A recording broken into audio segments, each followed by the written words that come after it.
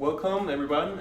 This is Giovanni Delfino from Delfino Negocios, and we are with Roger Campos, as Assistant Secretary of the Governor, the State of Maryland. Also Marcie, who is a Business and Community Development Manager here at the Department of Housing and Economic Development. Mm-hmm.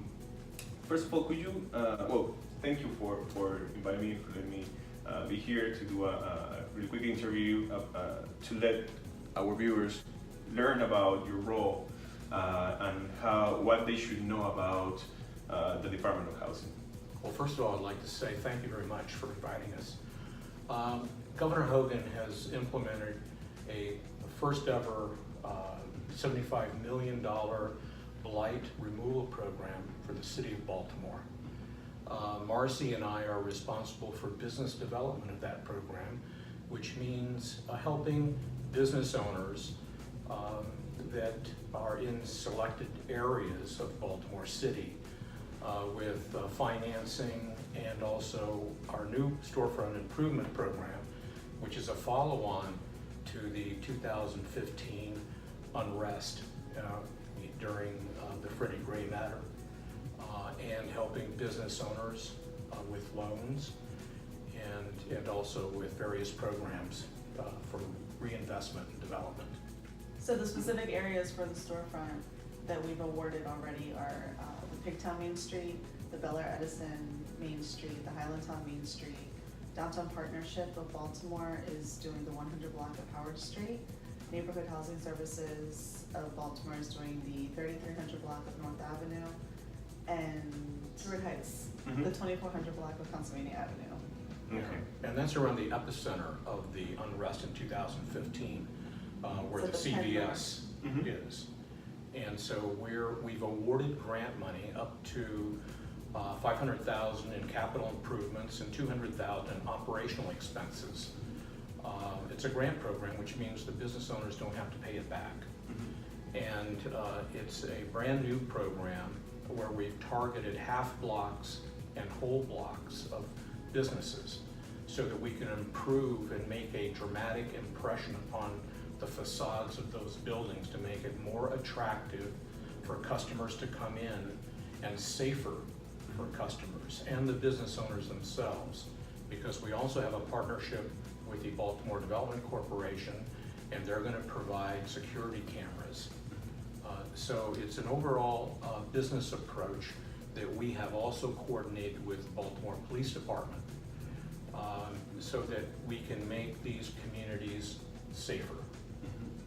Mm-hmm. And I understand that all these grants and programs help to improve the neighborhoods so that the economic development can prosper.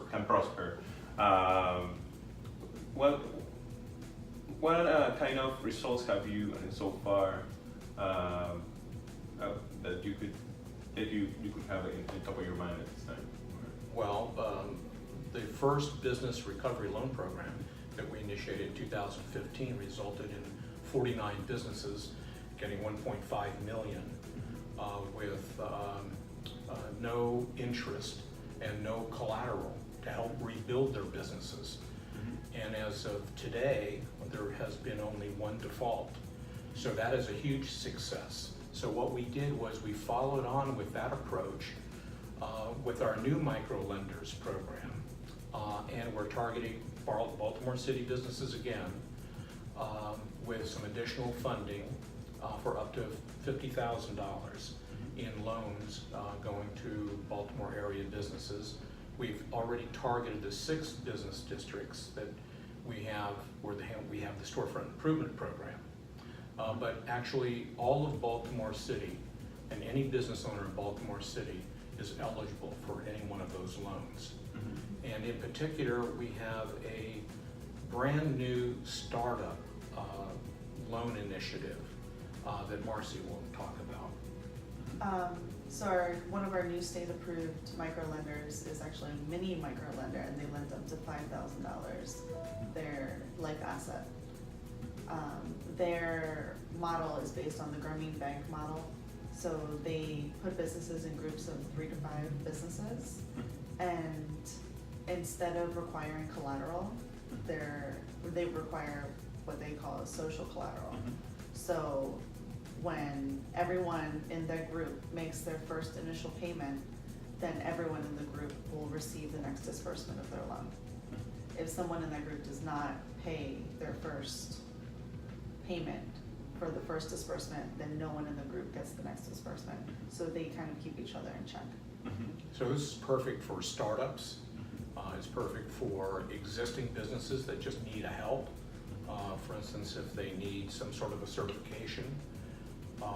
And it's been quite successful. Their default rate is extremely low. They have a 98% payback. You mentioned Life Asset as one of the state-approved microlenders. Which other organizations are approved? LEDC, Latino Economic Development Center, Enterprise Development Group. They are based in Virginia, but they have an office here in Baltimore City. A Life Asset, MCE, Maryland Capital Enterprise. They are more focused on the Eastern Shore, but they do have a presence in Baltimore City. Baltimore Community Lending, and now Baltimore Business Lending. FSC First, I believe they're in Prince George's County. We've covered most of the state. Great. Yeah, I think that's. Is there a section on the website where people can find out all the state approved? There is not, but I Okay. can give you a list of them. Okay, there we go. So if your listeners can contact Marcie, and she'll give her email address to people, then we'll provide that list. Sure, it's Marcie, MARCIE .Castaneda, CASTANEDA at marylandspelledout.gov. Great. So again, thank you very much for this interview, and our listeners, our audience now knows a little more about the opportunities here at the state of Maryland, about the programs available at the state housing development. Thank you very much, Roger. Thank you, Marcie, and I hope this is the first of many more interviews to learn more about about the opportunities here at the state of Maryland. Well, thank you very much. Thank you.